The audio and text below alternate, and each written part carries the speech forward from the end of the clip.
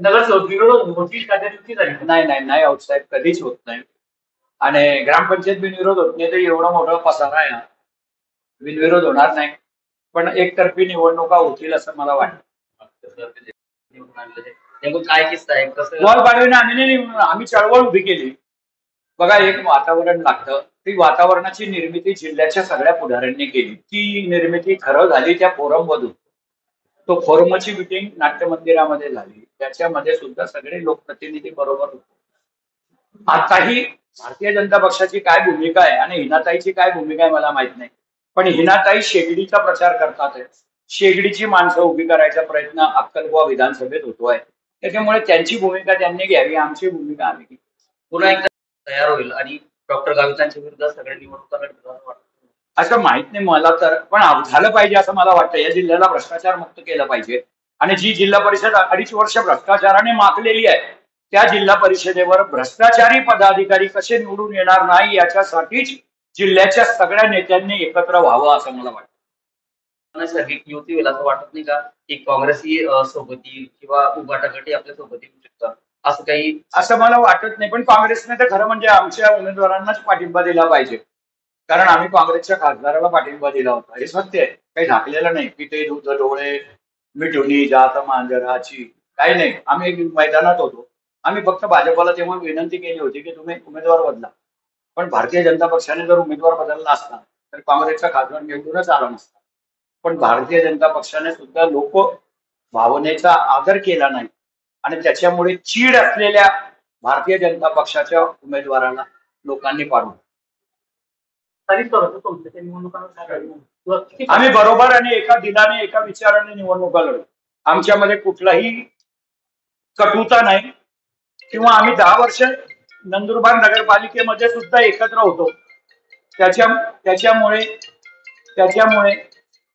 आम्हाला एकमेकाचा स्वभाव माहिती आहे आणि एकमेकाला मान सन्मान देणं आमची जबाबदारी आहे.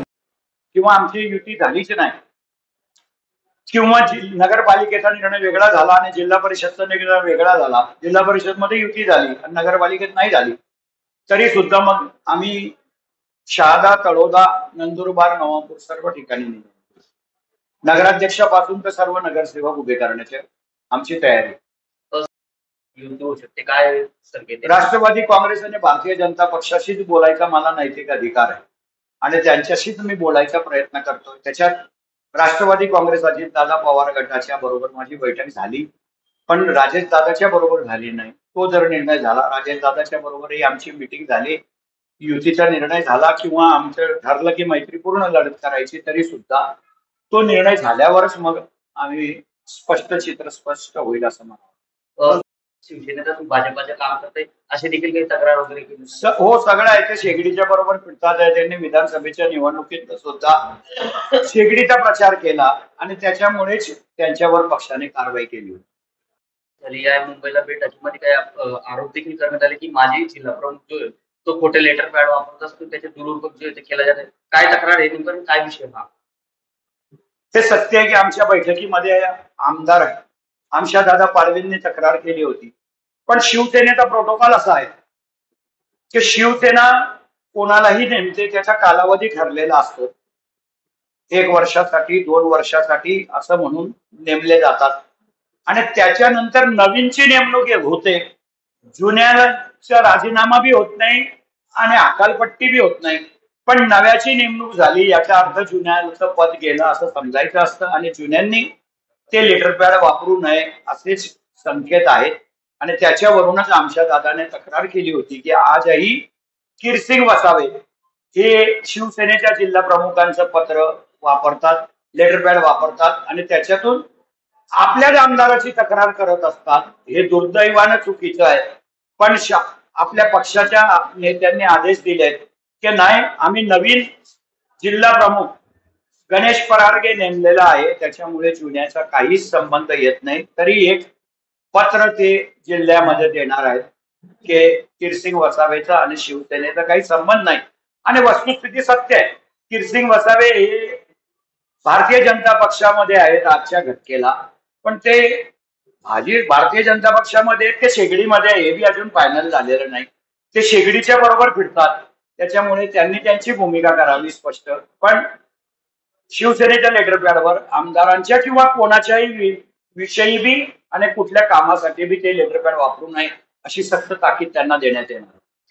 त्याच्या ज्या निवडणुका आहेत त्या निवडणुका नेमकं कशा पद्धतीने शिवसेना लढणार आहे? शिवसेनेला तर लढायची आहे. शिवसेनेचे सर्व ठिकाणी तयारी आहे. नवापूरमध्ये सुद्धा आम्ही राष्ट्रवादी काँग्रेस अजितदादा गटाच्या बरोबर निवडणूक लढणार आहोत. आमची तयारी नंदुरबारमध्ये सुद्धा आहे. शहाद्यामध्ये आणि तळोद्यामध्ये सुद्धा आम्ही तयारी केली आहे.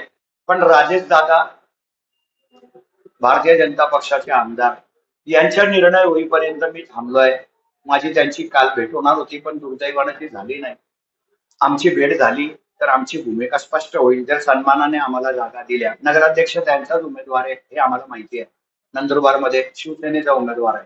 पण सन्मानाने जर वाटाघाटी झाल्या तर त्यांच्या बरोबर लढू, नाहीतर मग मैत्रीपूर्ण लढू. दिवाळीच्या बोला. नमस्कार, मी चंदू भैया. सर्वप्रथम नंदुरबार जिल्ह्याच्या, नंदुरबार शहराच्या जनतेला मनापासून दीपावलीच्या लाख लाख शुभेच्छा देतो. आज गुढीपाडवा आहे आपल्या. नमस्कार, मी चंदू भैया. सर्वप्रथम नंदुरबार जिल्ह्याच्या, शहराच्या जनतेला मनापासून दीपावलीच्या शुभेच्छा देतो. आज आपल्या हिंदू संस्कृतीमध्ये नूतन वर्षाला सुरुवात झाली आहे.